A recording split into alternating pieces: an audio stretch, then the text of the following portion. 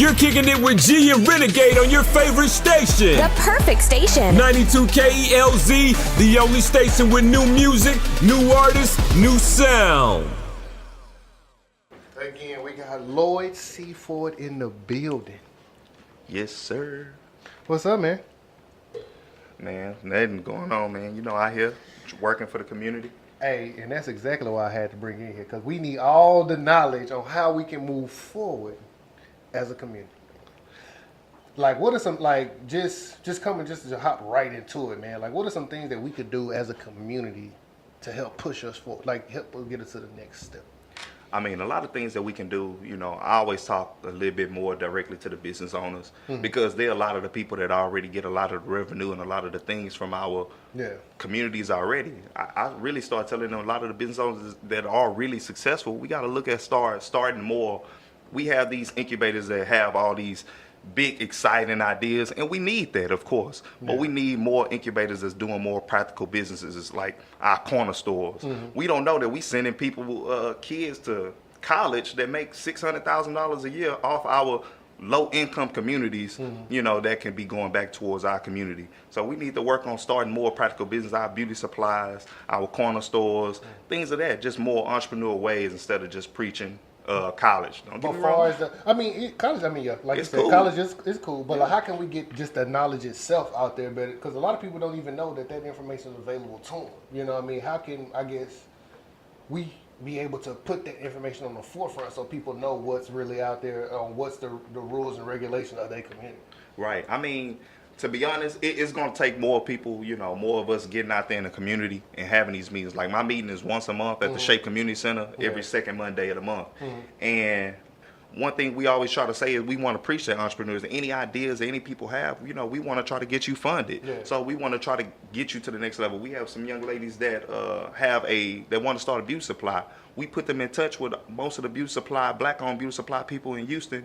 That way they can get this knowledge, get all the background information that they need, and then we find them people to help invest in those businesses, because that's the type of stuff that we need. We have to be, I feel like, all on one accord, because if we not, then it just makes it just that much easier to be divided. Everybody talk about the calculated $1 trillion wealth of black people, but until the mindset is right, you know, it's a lot of stuff that we not going to be able to get done. And I always say that, man, that was a big, I didn't mean to just cut you off, but that's a big thing, though, like just the mindset of just the black community itself to move forward. Like, I always tell people, like, man, we can't go tell people how to live their life over there. You can't do, until you clean up your neighborhood, your 4 blocks around your house. If that's still trashed up, you can't tell me nothing about what's going on over here on my side. Start at home. You know what I mean? Like, it's crazy, man. Like, and I said I was going to say this, too, next time I spoke on anything. I know everybody, the big talk is reparations.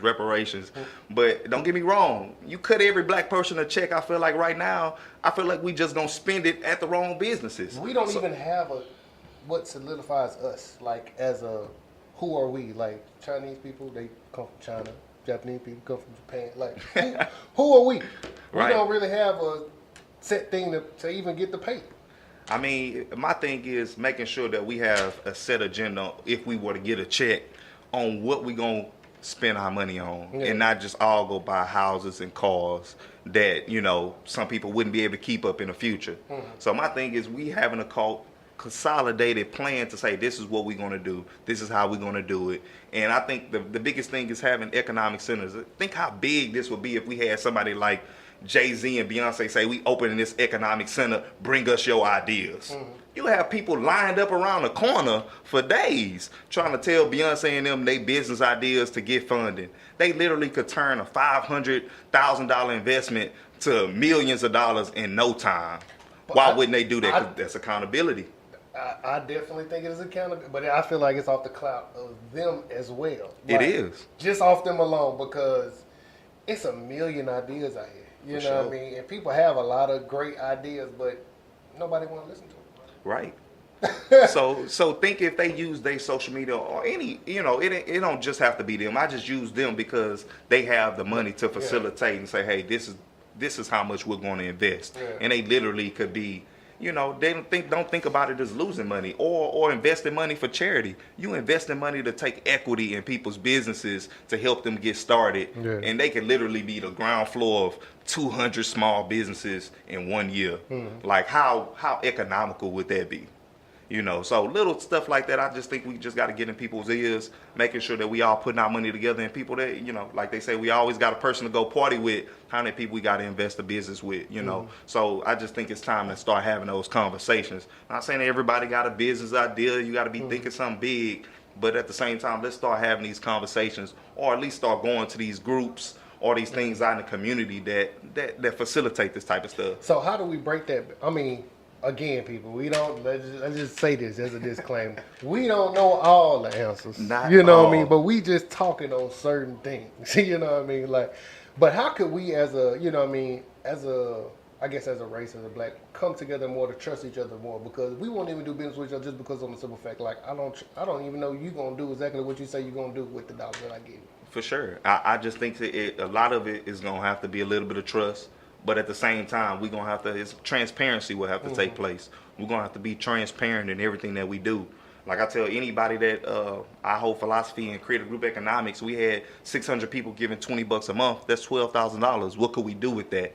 You know, getting $12,000 a month, and that's just on a small scale. But one thing that I do is anybody that's even giving me their $20, we give a report on who's giving their $20, because I think that that's important, even if it's being something as small as $20. Like, people want to know where their money is going. Black folks want to know where their money going. So at the same time, you know, we just got to make sure that we being transparent, but it's not gonna happen until, you know, we actually go out there and.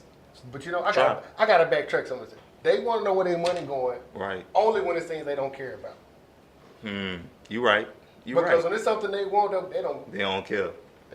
We gonna spend that money. It's gonna go wherever it's going. Now, if it's something that's going, I don't know, you gonna turn your nose up. You gonna be looking all up. If somebody want to get ahead, you know what I mean. You won't even help that next person get ahead just because you see them getting ahead. Yeah, that unfortunately, again, that falls back onto the mindset. You know, until the mindset, like me, I tell people I don't need 100%. I don't need everything. I just want us to be able to partnership, get to the next level, and, you know, and be able to flourish. I don't need to get 100% of the profits in order for us to succeed. And I think it's as soon as we shed that mindset that we all have to be the boss. Don't get me wrong, I tell everybody go read a book called Ego is the Enemy by Ryan Holiday. And it puts in perspective of what you're doing and how you do it and how it takes place. And I feel like as soon as we let go, shed the little stuff that pushes us apart, we'll find way more reasons to come together. Yeah. You ain't doing nothing but speaking straight facts. You already know the mindset is like, there, so you know. But it's just, man, to get past that mindset, though, man, there's so many people trapped. You know what I mean? That way of feeling like they can't, I guess, step out of the norm. You know what I mean? If you step out of the norm, you're frowned upon. You look crazy upon. You know what I mean? You miss a lot of blessings by not doing what you want to do. For sure.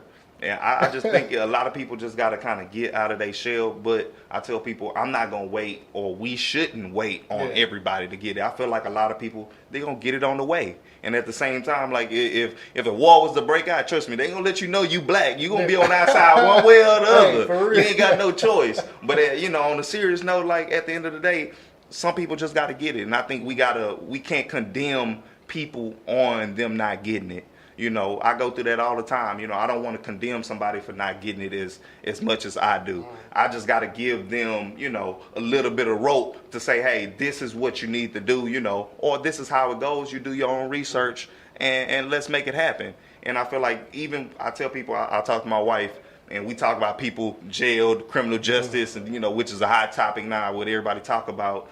And I say, don't get me wrong, I don't condone nothing that people do to go to jail. But at the same time, I do recognize the system that they was put into that made them make the decisions that they did. You know, so it's not about condoning the bad thing that they did. It's about understanding the system that put them in a place to make those decisions. Now, speaking on the whole criminal reform thing and just justice on the thing, just thinking about the system itself, people always talk about the system. Yes, we know we were born into the system that was messed up. We know this from birth. You still have your choices on how to live your life and to do. Now, if you out there doing wrong and you just get caught, man, you just got caught up, bro. Don't be trying to raise no revolution, have people going crazy when you know you done messed up. You go strike. You know what I mean? Like, why are you striking the system? Yes, we know the system is messed up, but I also know that you have choices to do. But that's another thing. Now you're a sellout. Now you feeling bad about who you are.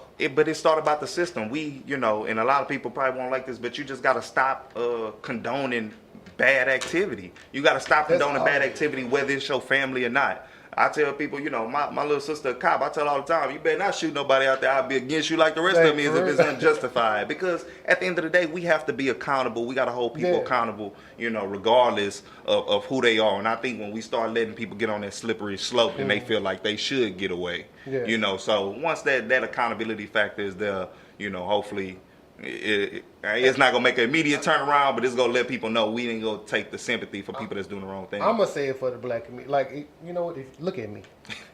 Since y'all looking at me. I'm going to say it for y'all. If y'all want to boycott me all you want.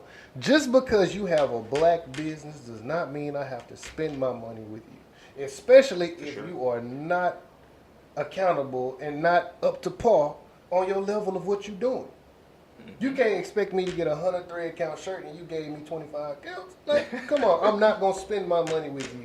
Make sure that your business is doing what it's supposed to be doing if you want somebody to take you serious. Sure. I'm going to just say that. Now back to this interview. I just had to break that because it's just like... Sometimes you got to say it, you know. Man, I feel like I think that's the biggest thing I'm going to take away is the accountability. Man. For sure. Because we can really move some things and go to the next level if we hold everybody. I think people will police themselves or would stop putting out half behind stuff. I can't say the whole, you know. I get you. Nah, you're right. You know, the accountability factor have to be in every aspect of the game. You know, whether that become talking to our politicians. That's why I tell people now at our next meeting we talking a lot about the black agenda. You know what I'm saying? I feel like that needs to be the guide on how to support black folks. And, you know, so far I go to all these different community meetings and a lot of community people I see, and it's just a bitch out session of people like, hey, you're not doing this, or you need to do that, or you need to do this. I say that needs to stop. Now when people come, we're going to have this black agenda, and we need to see which one of these points are you checking off. And if it ain't checking off none of those, then we know that you're not the person for it. Okay, so what is the black agenda? What is our agenda? Do we even really have one, or is it like you say, it's just a bunch of complaints from everybody, just blah, blah, blah? What is really our agenda right now? What should be our agenda? We putting one together right now that's going to be published, everything good to go. You know, it's going to be at least 6 to 10 points in education, economics, criminal justice, community engagement, community politics, health and wellness. It's a bunch of categories, and that's basically it's going to be a step or guidelines on how to support the black community. This won't be saying that, hey, you only go support black folks, and you know that'll be politicians try to wiggle out. But no. This not saying that you only support black people. This is giving you the guide on how to support the black community. And now when you come when we come out with a yearly report and let's just say you only 30% of this, we're going to know that you're not the candidate for us. It's not going to take us 30 years, Sheila Jackson Lee's and them to figure it out that you're not for us. You know, and I think nobody has ever really said that on how to actually support us. I don't think nobody's ever gave a platform or gave something on how you can actually support the black community. It's always been what they said. Nobody's ever written it down and published something on how. Exactly, because they don't want you to. And most people, it's political suicide and something, but I don't ever plan to run for office. I don't ever play like I am. I'm for black people, and that's about it. So why not? I mean, I'm just saying, why wouldn't you run? I mean, I feel like with certain platforms, you can only, you know, I really want to help black people. That's what my passion is, and I feel like you can't go into politics only saying that you want to help black folks. You gotta help so you know, and don't get me wrong, not saying that some of the things that I would do wouldn't help everybody, but at the same time, right now, as my life is going, I only want to help black folks at this moment in time. And it ain't because I have friends of every race. I like everybody. I'm cool with everybody. But at the same time, even my friends that's Hispanic, they give to my group. That's an all-black group because they understand that we needed more. And he know if he started a group that helped all Hispanic people, I would be on board like, bruh, go ahead, do your thing. Go be out there on the border doing what you need to do. I understand that. But at the same time, I hope people understand that this platform is not against nobody, but definitely knowing and highlighting that we want to help black folks because we need it most. And we really do need it. And I really think it starts with one of the things you said, with education. For sure. Man, because the education system that we have is really taking away a lot of valuable, lessons that we have. Because it's based on money. Like I didn't went down there to Austin. I didn't been at a TEA meeting the whole day. everything is about the test. They will tell you that it's no opt-out process for your kid not to take the test, even though they're not properly educating him. Literally, we going through this educational board, this HISD, these crises for shutting down our schools. So you telling me you put this test in place to judge our schools, don't give our kids the utilities actually to pass the test, then condemn us and threaten to shut our schools down because we're not passing that said test. So you over here threatening to close our schools in a system that you put us into. So I think that's what a lot of people are not getting, and we got to start attacking a different angle and know that it starts with how our schools get their public funding. And it's all through right now based on the test. And as long as that the funding is based on the test, our kids will never reap the best benefits, because even the person that made this test said it shouldn't be judged as a pass-fail basis. And it's definitely punitive when our kids don't pass, even though our schools don't have the resources that they need to pass these tests. There's a lot of schools that don't have the resources, you know what I mean, for them to pass. They just get looked over and then they just expect you to fix it, like on your own dime. Like, here you go. I went to them all my life. Ryan Yates. Come on now. And luckily I was fortunate to have parents that both went to college, and they were able to educate us at home as well as send us to school. That's another big thing. I feel like parents need to spend more time with their kids and really educate them themselves, be willing to educate themselves at home as well as in school. Because I really don't feel like the kids develop fully or to their full potential if they're not getting that certain help at home. For sure. But most of the parents, like I say, most of the parents in those homes, they work multiple jobs. They don't have time to sit there and go through each homework packet. They don't have time to sit there. They busy working. At the same time. I feel like that's a touch subject. You know what I mean? Yeah. You gonna have your. You know what I mean? Like, and at the same time, you in that moment, what do you teach your kid? What if you don't know it? At that point, you got to be willing to sit down, because it's life skills. Like, you got to be willing to sit down. Let's look it up ourselves. Let's research. If you don't know, let's be willing to look it up ourselves instead of just listen to what somebody else is telling us and go from there. For sure. Like, it's a lot of lessons that go into that. It's gonna take more than just you're gonna have to be tired. You can I feel like, but you had a kid.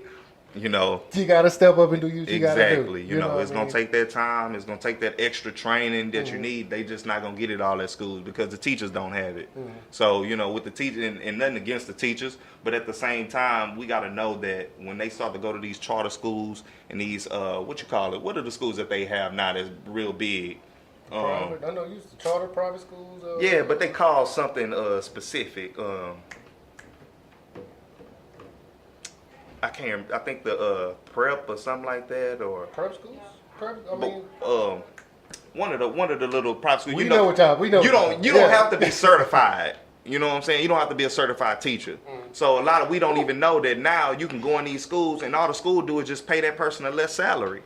So now you got uncertified teachers teaching this test that's teaching our kids that's still receiving public money that our public schools should be getting. So it's a whole bunch of bigger system that we have to be fighting, and it all evolves around funding and how our kids get their money and allowing stuff in the system that we most likely people don't know about, and most parents don't know about that. They don't know that they supposed to send a notice home for every class for a certain amount of days that every time your kid is being taught by an uncertified teacher. Do you think they do that? See, that's news to my ears right now, because I want to know. Come on.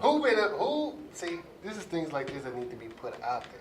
Like, and you say y'all have a website, y'all have different things coming up where things like this is going to be put out for people to get the information for this. Yeah. As far as what we're going to do, everything is still in production as far as like the Black Agenda. If anybody want to come out, Shake Community Center, I make sure everybody's involved. A better idea is a better idea. We don't want anybody to feel excluded. Skin is your ticket in. But at the same time, we want everybody to feel included in what we're doing and have a voice in what we're saying, because we all have to be in agreement. And at the same time, it's a lot of people that's not for us, that look like us. And once we figure that out, and once we know, not saying that you got to hate that person or dislike that person, you just got to effectively know that person not for us, and we need to move in that manner away from that person. Do you know any challenges that we face for as a community, Black community, for us to, I guess, how we can get over it? You mean how we can You mean things that'll be good for us to do? Yeah, well, things that'll be good for us to do. Like, what challenges are we facing right now that's really hindering us, holding us back? Like, some people might say social media is really killing us as a whole. Nah, at the end of the day, it's economics. Everything is economics. I mean, economics is a big thing because not knowing like how to spend your money, how to save it with the 401k. But even beyond that, just opening up economic opportunities. Like we don't know how will we here in Houston be one of the #1 cities for black people, but we receive less than 1% of the contracts given out by the city. So, it's a lot of stuff as far as economical. We don't know that each one of our city council members gets $750,000 to $1 million of discretionary money to spend in our neighborhoods. Who are they spending their money with? Who are they doing business with? We got to know these things. But that comes from the voting, I guess, not knowing exactly what their agenda is, I guess. I mean, but even that person, us just having the education on what that person have, we don't necessarily, And you talking to an uneducated person. I'm like, my ears are wide open right now. We just got to know what they have in order to do what they can do for us. We got to know that there's different groups out there putting out contracts to do stuff that's better suited for some of our community groups. But we just don't know. That's economics that could literally change, how we do business in some of our black communities. Opening it up different areas, Acres Home. We don't know that Fifth Ward, they want it to look like the Woodlands Waterway in 20 years. So, go and look at the plan for it. See, that's a lot. But it's a lot of stuff like that. But a lot of people don't even think about that on a daily to even go look at. It's all about what's happening right now. So that's what I'm saying. Like social media, reality TV. I'm going through it right now. Like just thinking like it's a lot of information you can put out that I did not know that I actually want to know now, just because of the fact like this is really benefiting people. If they want that to look like that in the next 20 years, that's a lot of people that are going to lose their houses and their homes real quick. Like, come on now, don't get me wrong. I tell people, you want to know how it's going to happen, just look at Third Ward. I mean, it's you got NAACP sitting right there in the middle. You got all these different, but it don't mean anything when the people that's effectively in those seats are not fighting for us. So, effectively a lot of people, all that real estate people, white people want that. Involved. How do we get involved? How do people get involved? Get involved to make a change. Find out who your local neighborhood, super neighborhood committee is, whether you be in Third Ward, Acres Home, Sunnyside, South Park. Find out who your neighbors are as far as your neighborhood effective, and definitely be a part of everything that's going on. Taking note, that's the first step. It's just knowing who these people are. When you don't even know who to go with, that's the biggest thing in Third Ward. They don't have a website for none of these neighborhood groups. We had to we build one and maintain one right now for Acres Home. If not that, you wouldn't even know who was your neighborhood group name. There's no signs. There's no nothing. So my thing is just make an effective mindset and conscious mindset to be involved and just do it. Because I think that's the first step. Until you make that commitment to want to be involved, we can say do this and do that. But until you make it up in your own mind that you want to be involved in the fight, and it's going to take more than just a couple posts on social media and, and revolts, we actually have to be out there. Man, and see, I'm glad you say that because it really does take for you to actually be on the scene doing something. And you're a young guy. So another stigma people think is, oh, I'm young, I can't do nothing. I can't do nothing about it. I'm a young guy. They listen to all the older people, A lot of people think like that, Yeah, so they do. A lot of people really aren't involved until they feel like I need to get older first before I'm involved or when it really counts. For sure. And I feel like we need to shake that as a whole too.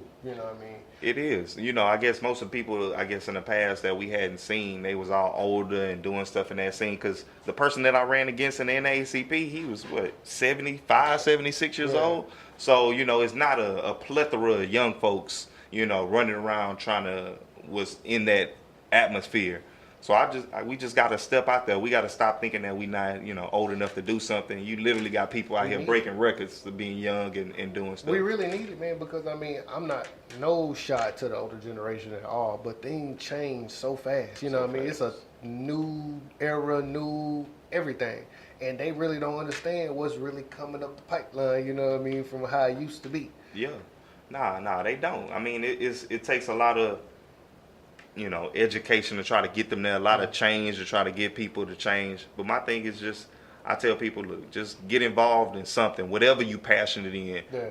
I try not to pigeonhole people into this is what we gonna do, this how we gonna do it. I'll say, hey, what are you passionate in? What do you want to go fight in? And we're gonna help you build up, practically fight stuff, just so we can go towards that type of things, like or point you in people that are working on that type of stuff. So the biggest point is just get involved in whatever you think that's passionate in your heart, whether that be education, whether that be business, whether that be criminal justice, whatever it is. I'm sure it's an organization that needs your help. It definitely is an organization out there, but I just feel like it's not a rebuttal to that at all. It's just that I just feel like people need to know where to go look. You know what I mean? Right. Like, we always talk about the things that we want to do for the community. Oh, I'm going to do this if I get on, or if I do this. There's little things that happen right there that you ain't doing nothing. For sure. That's even just with voting. Like, you won't even go out and just press a button. You know what I mean? Like, that's it. Well, I tell people, look, they ain't got to try to think of nothing to do, even if you don't know what to do. Come to our meetings, be involved. I don't ask none of our members for money this year. 2019, we doing something different. I'm asking for 2 to 6 hours of community service. So if you don't know what to do, just come be involved with us. And we have different stuff that we'll be planning out from April, May on out, and we'll be involved in, politics. We'll be involved in education. We're going to be involved in criminal justice. We have a real estate group. So if you thinking about investing, what you can do with your money. If you're thinking about buying property, whatever that may be, or you just want to invest the money, come join our real estate group, Yeah. And when do, I know you probably wouldn't know the answer, but like for people that want to see results, like if anybody comes to the group and they're like, okay, I put my money into this, when can people, it varies from different, organization to organization. Like, I tell people all the time, like, if you invest into something or you really working towards something, don't expect to see results to about 6 months or a year. Right. I mean, that just getting people that really invest. You know what I mean? Because you really lose people just because they expect to see immediate results, like right off the bat. They come in, give a complaint, they expect it to be done by the end of the meeting. It needs to be changed, a text message needs to be sent off, something needs to happen. You know what I mean? I just feel like we need to be more patient for things, that, especially with people that we have, because we so much pressed up against us. You know what I mean? Patience is key. I mean, we just got to realize, nothing happened overnight. I think we think about even protesting. We got to know that even Dr. King and them for the bus ride, they protest, that went on for over a year. Yeah. How many people could say they wouldn't ride the bus and they go walk to their destination for a whole year? For a year in Houston at that. Come on now. But, like you say, it's a change thing, but that's why, I tried to start doing stuff. When people gave their money, we started a website program. That's how we start building websites for people, neighborhood groups like Acres Home Super Neighborhoods. We got a mobile app where we do the free advertising for the black-owned businesses. So what I tried to do to combat people not thinking that things are being done with their money is effectively start putting it towards avenues and areas that can better the community and people to view what we're doing. So I effectively, even if you're a business and you're giving money towards a group, I help you design your website. We help you, do more social media stuff. Like we just try to help effectively in a lot of other ways. You got free photography. We had a photographer of the group that come and do your photography for you for being a business or individual for paying your dues. You can come get a free hour of photography for your business. For your business or for your family. So, we try to do different stuff just to keep the engagement, keep things going. But I think now, more than anything, we getting people just to come give your time in whatever way that you see fit. We lay out the events. You say, hey, I don't mind giving my time for this event, that event, and that's how we keep up with it. And all we ask is that you go support the black-owned businesses that's within our group. Hey, well, you can't beat that, man. Especially giving away all the person just for being there. Come, hey, I need to get my photo shoot lined up right now. Look. Hey, another thing that we starting out too, as far as this being a part of the group, if you have we encourage people to have their own organizations. We're not saying, hey, y'all, you got to be a part of us. No, if you have your own organization, come get help. People come there, and if you need a spot to have your events, all the people that's within our group, guess what? We have different deals with Shape Center and other centers around Houston. So you can get low price and stuff for your different groups, or free in some cases for what you want to do. So we encourage people going out there and doing stuff and strategic partnership with other groups. We don't want to exclude anybody as far as this, thinking about the empowerment and advancement of black folks. Right. Man, we definitely going to do it, man. But before we get up out of here, man, tell everybody where they can find you as far as your social media platform, where they could the website and different things that y'all have planned where they can get involved with the organization? Well, remember, you can always find me at Ford Can't Lose on Instagram. The name of our group is Creative Group Economics. You can download our app. It's called Creative Group Economics in your App Store, Play Store, or Apple.